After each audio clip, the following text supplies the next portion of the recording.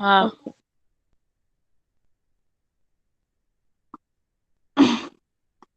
પાઠ 3 ભારતમાં રાષ્ટ્રવાદ.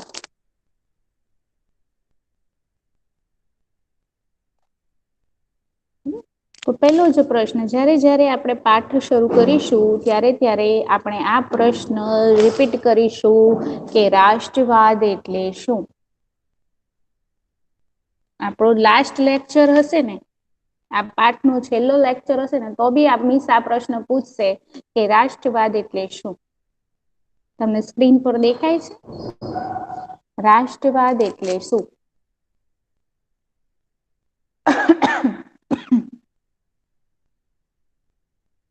સ્ક્રીન પર કોને દેખાય છે? મિસ મને.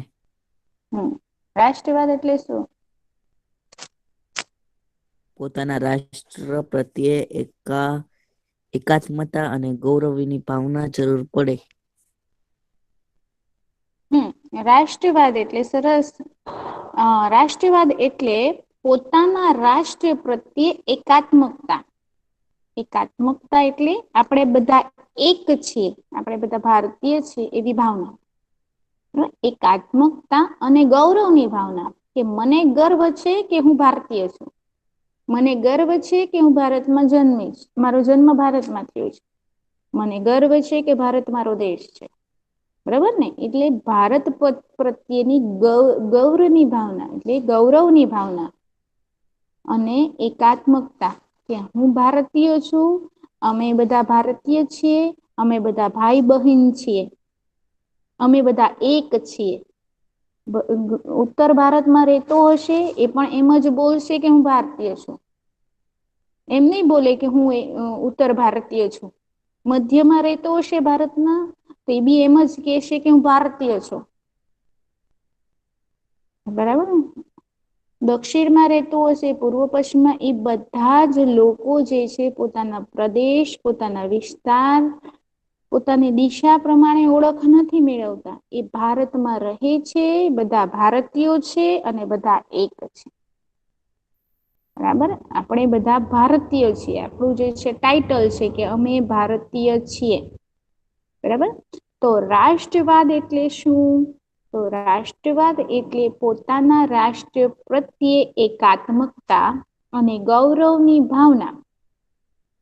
જરૂર પડે પોતાની રાષ્ટ્ર પ્રત્યે તન, મન અને ધન્ય ન્યછાવર કરવા તૈયાર રહેવાની ભાવનાને રાષ્ટ્રવાદ કહે છે. તો વ્યક્તિમાં જ્યારે રાષ્ટ્રવાદની ભાવના આવે, ત્યારે એ વ્યક્તિ પોતાના દેશ માટે પોતાનું શરીરનું બલિદાન આપે છે, પોતાના મનનું બલિદાન આપે છે. એટલે માનસિક જે નેતાઓએ જે ભારત દેશને આઝાદી અપાવી, એમાં ઘણું બધું મગજ ખપાયું હતું એ લોકોએ. બરાબર? ઘણા બધા પ્લાનિંગ કર્યા હતા, ઘણા બધા ઉજાગરા કર્યા હતા, માનસિક રીતે એ લોકો ઘણી બધી રીતે તૈયાર થયા હતા કે આપણે આમ કરીશું તો આપણને જેલ થશે, આપણે આમ કરીશું તો આપણા પર ગોળી વરસાવવામાં આવશે, લાઠીચાર્જ કરવામાં આવશે. બરાબર? એ માનસિક રીતે બધી રીતે જે છે તૈયાર હતા. જ્યારે ભારતને આઝાદી અપાવવા એ લોકો નીકળી પડ્યા હતા, સ્વતંત્ર સેનાનીઓ, ત્યારે માનસિક રીતે તૈયાર હતા અને પોતાને બલિદાન પોતાના દેશ પર કુરબાન કરવા માટે એ નીકળી ગયા હતા. બરાબર? ને ઘણા બધા લોકો એ જે છે ભારત દેશ માટે જે છે પોતાનો ધન ખર્ચ્યો છે. ઘણા બધા પ્રદેશોમાં દુષ્કાળ પડતો હતો, તો ઘણા બધા જે છે વેપારીઓ એ પોતાના કોઠારો જે છે ખુલ્લા મૂકી દીધા હતા પ્રજા માટે. તમે સેમવનમાં ગુજરાતીમાં ભળી ગયા છો, ઝઘડુશા વાળો, ભામાશા વાળો પાઠ જે છે. બરાબર? કે એને પ્રજા માટે, ભૂખી પ્રજા માટે જે છે એક વેપારી એ પોતાના જે બધા જ જે કોઠારો છે અનાજના, એ ખુલ્લા મૂકી દીધા હતા. તો રાષ્ટ્રવાદ એટલે શું? તો રાષ્ટ્રવાદ એટલે પોતાના રાષ્ટ્ર પ્રત્યે એકાત્મકતા, ગૌરવની ભાવના અને જરૂર પડે તો પોતાના દેશ માટે તન, મન અને ધન ન્યછાવર કરવા તૈયાર રહેવું, એ ભાવનાને રાષ્ટ્રવાદ કહેવામાં આવે છે. બરાબર? આજે બોર્ડર પર આપણા જે સૈનિકો જે છે, કુરબાન થઈ રહ્યા છે, પોતાના દેશને બચાવવા માટે ત્યાં પહેરો દે છે. આપણે નિરાતે સુઈ શકીએ રાત્રે ચેનથી, એટલા માટે એ જાગે છે બોર્ડર પર, ભારત દેશનું રક્ષણ કરે છે. બરાબર ને? તો રાષ્ટ્રવાદ એટલે પોતાના રાષ્ટ્ર પ્રત્યે એકાત્મકતા, ગૌરવની ભાવના અને જરૂર પડે તો પોતાના રાષ્ટ્ર પ્રત્યે તન, મન અને ધનને ન્યોછાવર કરવા તૈયાર રહેવાની ભાવના ને રાષ્ટ્રવાદ કહે છે. આ પ્રશ્ન IMP છે, તમે લખી નાખો અને એ પ્રશ્ન લખી અને એની બાજુમાં લખી નાખો IMP. બરાબર? કારણ કે આ જે રાષ્ટ્રવાદ છે ને એ તમારો 9માં બી આગળ આવશે બધું. આ બધું જ જે છે ને તમને બધું ક્લિયર હશે ને તો 9માં તમને જે ટોપિક આવશે ને એનાથી કનેક્ટ તમે કરશો ને તો તમને એવું થશે કે હા આ બધું તો આપણે શીખીને આવ્યા છે, આ બધું તો અમને આવડે છે. બરાબર ને? તો આ જે છે IMP એટલા માટે બોલું છું કે ઈ આગળ બી આવે છે 9મા ધોરણમાં. બરાબર? તો તમે આ 1 માર્ક્સના પ્રશ્નો માટે આ IMP. બરાબર? પછી આ જ પેરેગ્રાફમાં એક ઓર પ્રશ્ન હતો કે સ્વરાજ્ય એટલે શું? તો સ્વરાજ કોને કહેવાય? દેખાય છે બેટા સ્ક્રીન પર? હા મિસ. ઓકે, સ્વરાજ એટલે શું? અહીંયા દેખાય છે? તો કોણ બોલશે સ્વરાજ એટલે શું?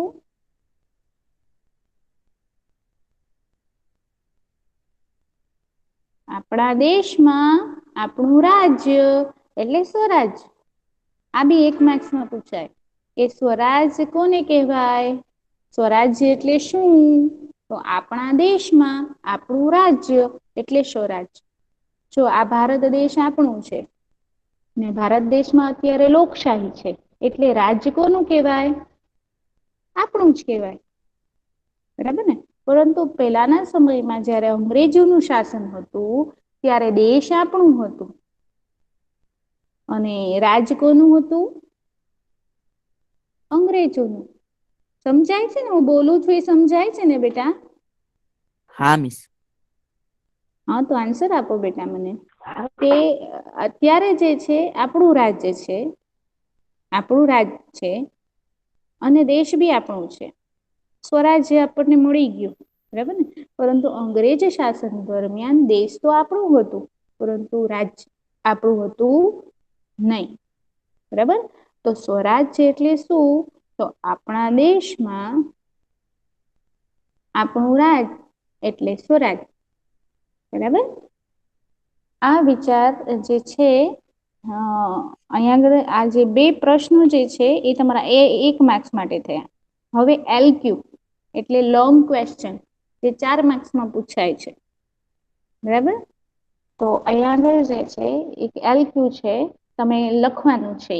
બુકમાં લખો કે આ LQ જે છે એ કેવી રીતે પૂછાય છે. લખો, ભારતમાં રાષ્ટ્રવાદના ઉદયના મુખ્ય કારણો કયા કયા હતા? કે ભારતમાં રાષ્ટ્રવાદ એટલે શું? આપણે લેક્ચરની શરૂઆતમાં જ મેં કરાવ્યું. બરાબર ને? કે ભારતમાં રાષ્ટ્રવાદ ઉદય થયો. એના મુખ્ય કારણો કયા કયા હતા? તમે કારણો કયો કે પરિબળો કયો, એ એક જ. બરાબર? સવાલ લખ્યો બેટા? બુકમાં લખવાનું છે ને? ના, રફબુકમાં. LQ છે અત્યારે. રફબુકમાં ભારતમાં રાષ્ટ્રવાદના ઉદયના મુખ્ય કારણો કયા કયા હતા? હું એનો આન્સર નથી લખાવતી, ખાલી તમારે સવાલ લખવાનો છે અને બાજુમાં લખી નાખવાનું છે. એ 4 માર્ક્સનો પ્રશ્ન છે. હવે તમારે આ પ્રશ્ન જે છે સમજવાનો છે. બરાબર? કે ભારતમાં રાષ્ટ્રવાદના ઉદયના મુખ્ય કારણો કયા કયા હતા? કે ભારતમાં રાષ્ટ્રવાદનો ઉદય કેવી રીતે થયો? લોકોને દેશ પ્રત્યેની ભાવના, દેશની લાગણી, એકાત્મતાનો ભાન, બરાબર, પોતાના દેશ પ્રત્યેનું ગૌરવ ક્યારે ઉદ્ભવ થયો? ક્યારે જન્મ્યું લોકોના દિલમાં? એના કારણો શું હતા? તો ભારતમાં ઈસ્ટ ઇન્ડિયા કંપની દ્વારા અંગ્રેજોનું જે છે શાસન હતું ત્યારે અંગ્રેજો ભારત પર રાજ કરતા હતા. તો પહેલું જે કારણ છે રાજકીય કારણ. તો કેવી રીતે રાજ કરતા હતા? તો અંગ્રેજોના શાસન પહેલા ભારત અનેક રાજ્યોમાં વહેંચાયેલું હતું. જ્યારે ભારતનું એકીકરણ કરવામાં આવ્યું ને, ભારતને એક સંઘમાં જોડવામાં આવ્યું ને, ત્યારે 562 દેશી રજવાડા હતા. બરાબર, તો એમાં ઘણા બધા રાજાઓ જે છે રાજ કરતા હતા. નાના મોટા ઘણા બધા રાજાઓ હતા. રાજ્યના રાજાઓ, એ રાજ્યમાં રાજાઓ રાજ કરતા હતા. બરાબર ને? તો અંગ્રેજોના શાસન પહેલા જે છે દેશમાં ઘણા બધા રાજ્યો હતા.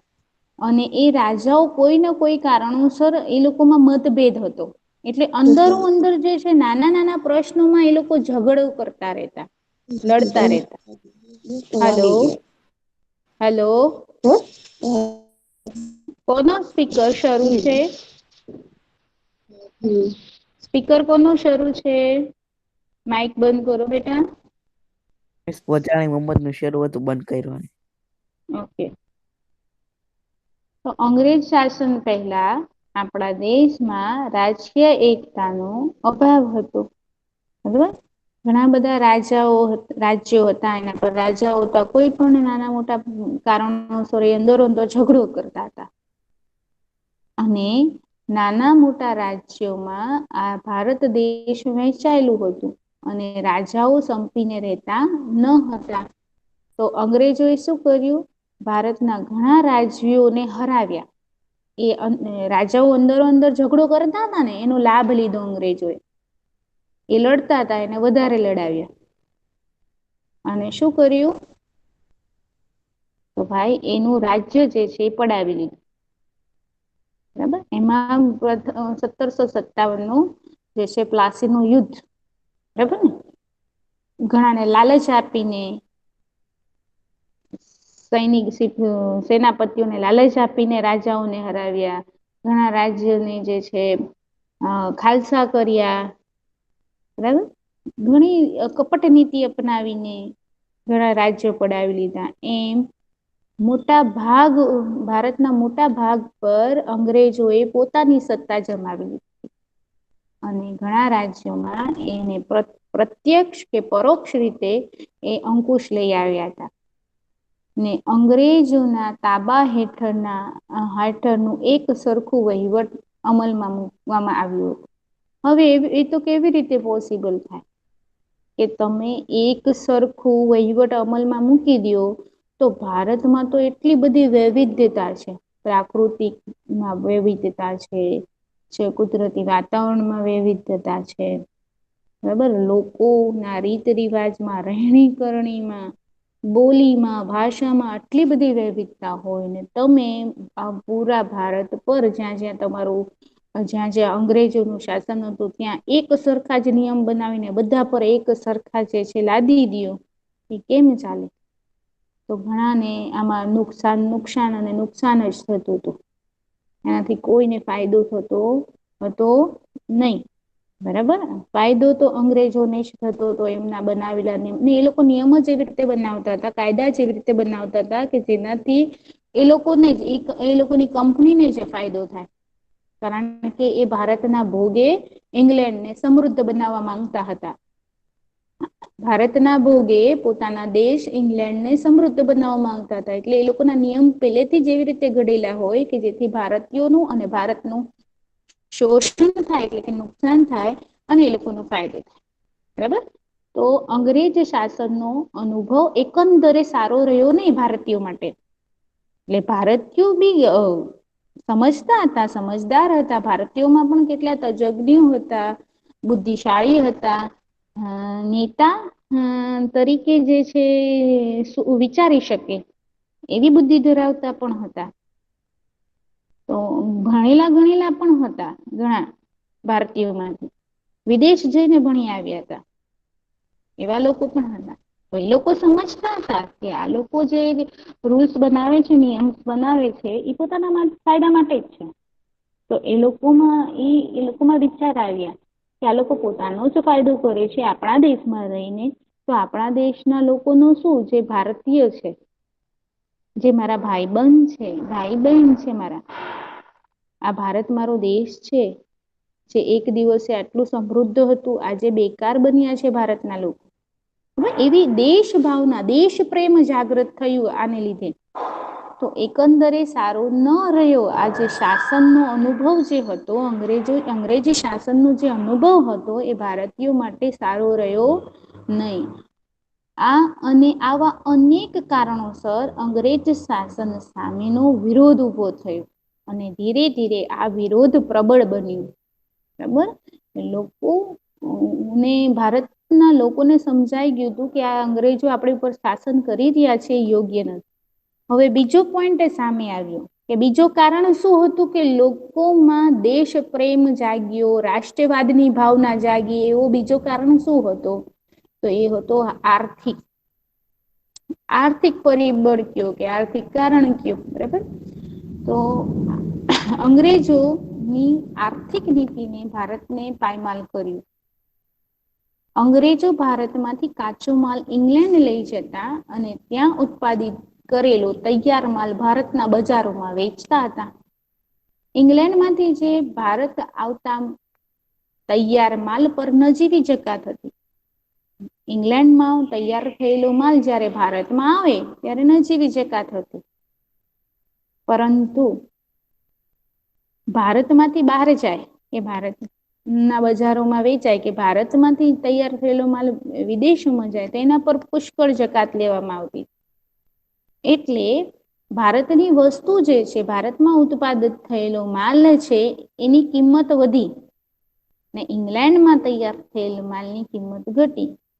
કારણ કે એ લોકો જે જકાત ભરતા હતા એ સાવ સામાન્ય હતી ઇંગ્લેન્ડથી જ્યારે ભારતમાં લાવતા હતા. અને ભારતનું માલ જ્યારે વિદેશોમાં જતું હતું ત્યારે જે છે એની જકાત વધુ લેવામાં આવતી હતી, 4 થી 5 ગણી. બરાબર, તો સ્વાભાવિક છે ભારતની જે વસ્તુ હોય, ભારતનો જે માલ હોય, એની કિંમત વધી જાય. કારણ કે વેપારીઓ પોતાના ખિસ્સામાંથી તો નાખશે જ નહીં, કારણ કે જકાતને પણ એ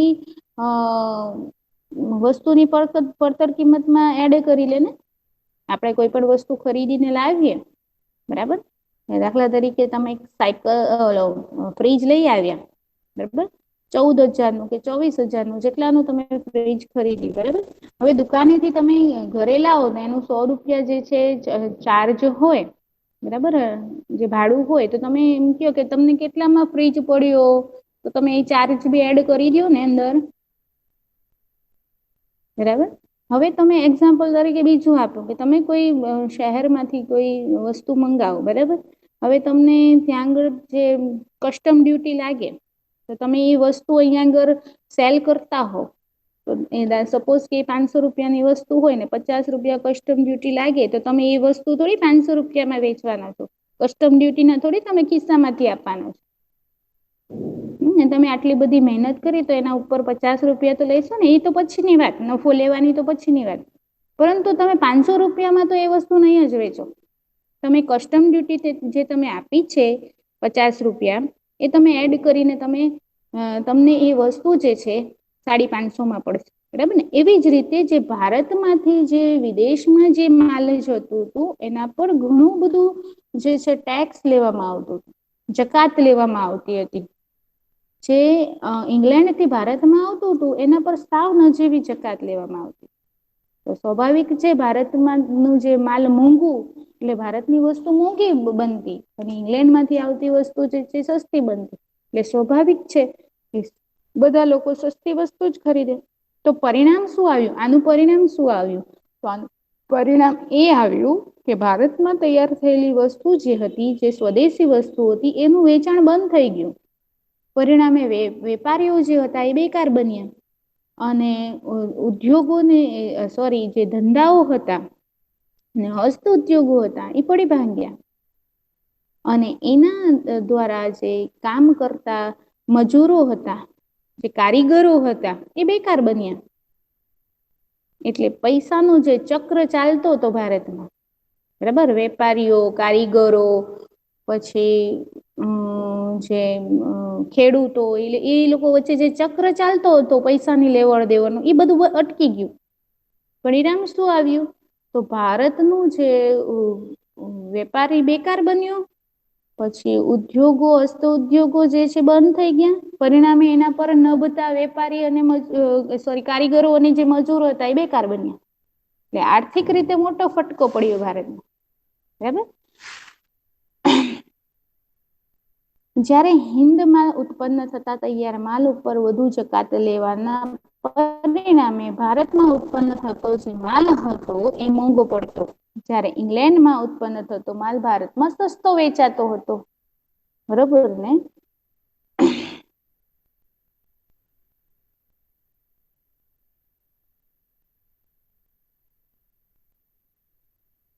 આ હરીફાઈ થઈ ઇંગ્લેન્ડ અને ભારતના માલની વેચાણની જે હરીફાઈ થઈ એમાં ભારતના હસ્ત ઉદ્યોગો ઇંગ્લેન્ડ સામે ટકી શક્યા નહીં. હસ્ત ઉદ્યોગો અને ઉદ્યોગ ધંધા જે છે એ ટકી શક્યા નહીં. પરિણામ શું આવ્યું?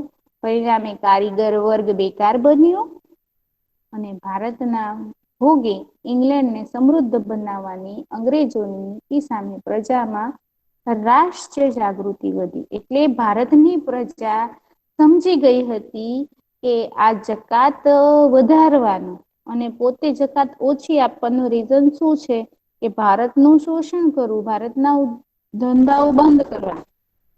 બરાબર. અને પોતાના જે છે ધંધાઓ વિકસાવવા. એટલે ભારતને સમજાઈ ગયું હતું ટૂંકમાં કે અંગ્રેજો જે છે એ ભારતના ભોગે ઇંગ્લેન્ડને સમૃદ્ધ બનાવવા માંગે છે.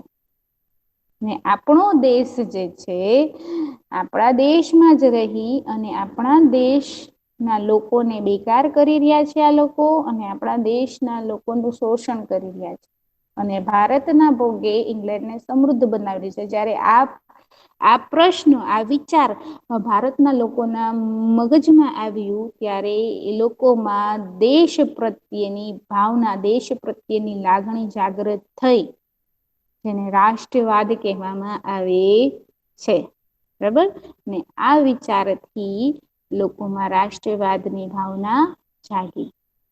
હવે ત્રીજું કારણ છે, ત્રીજું પરિબળ છે કે રાષ્ટ્રવાદ કેવી રીતે જાગ્યો ભારતીયોમાં. ત્રીજું કારણ છે કે વાહન અને સંદેશા વ્યવહાર. બરાબર. ભારતમાં રેલવે, તાર, ટપાલ અને જમીન તથા જળમાર્ગ જે હતા એ લશ્કરી, આર્થિક અને રાજકીય કારણોસર વિકસાવવામાં આવ્યા હતા. જો આ જે ભારતમાં જે છે અંગ્રેજો શાસન કરી રહ્યા છે, બરાબર ને, આટલું બધું શોષણ કરી રહ્યા છે, તો કઈ સારું બી બતાવવું જોઈએ ને અંગ્રેજોને. એને લોકોને કહેવા માટે બી હોય ને કે આ અમે આ કર્યું છે, ભારતીયોના સારા માટે કર્યું છે, આ ભારતીયોના ફાયદા માટે કર્યું છે. તો એ લોકોએ મુંબઈ થી થાણા વચ્ચે જે છે રેલ માર્ગ શરૂ કર્યું હતું. અને એનું રીઝન બતાવ્યું હતું કે ભારતીયોને સરળતા રહે ને મુસાફરી કરવાની, એ ઝડપથી પોતાના ધંધે રોજગાર પહોંચી શકે એટલા માટે આ કરવામાં આવ્યું છે. બરાબર. પરંતુ એનું પાછળનું રીઝન તો એ જ હતું કે ભારતમાંથી રો મટીરિયલ થાણાથી મુંબઈ સુધી ઝડપથી પહોંચી જાય અને મુંબઈથી જે છે જળ માર્ગે એ ઇંગ્લેન્ડ પહોંચાડતા હતા. વધુ પડતો તો રેલનો એ લોકો એ જ ઉપયોગ કરતા હતા અંગ્રેજ. હવે એ તો પછીની વાત, પણ અહીંયા આગળ જે છે આપણે વાહન અને સંદેશા વ્યવહારથી ભારતીયોમાં કેવી રીતે રાષ્ટ્ર ભાવના પેદા થઈ. બરાબર. તો આપણે એ જોવાનું છે કે તાર, ટપાલ અને રેલવે, જમીન માર્ગ અને જળ વ્યવહાર એ શા માટે શરૂ કરવામાં આવ્યા હતા? તો લશ્કર માટે. તો લશ્કરી સૈનિકની ટુકડીને એક જગ્યાએથી બીજી જગ્યાએ મોકલવી હોય કે હથિયારો એક શહેરમાંથી બીજા શહેરમાં લાવવા હોય, બરાબર, પછી ઉત્પાદિત માલ એ ભારતમાંથી વિદેશમાં મોકલાવવું હોય કે વિદેશમાંથી ભારતમાં લાવવું હોય, એ આર્થિક કારણસર એટલા માટે થયું હતું. એક મિનિટ. હાલો.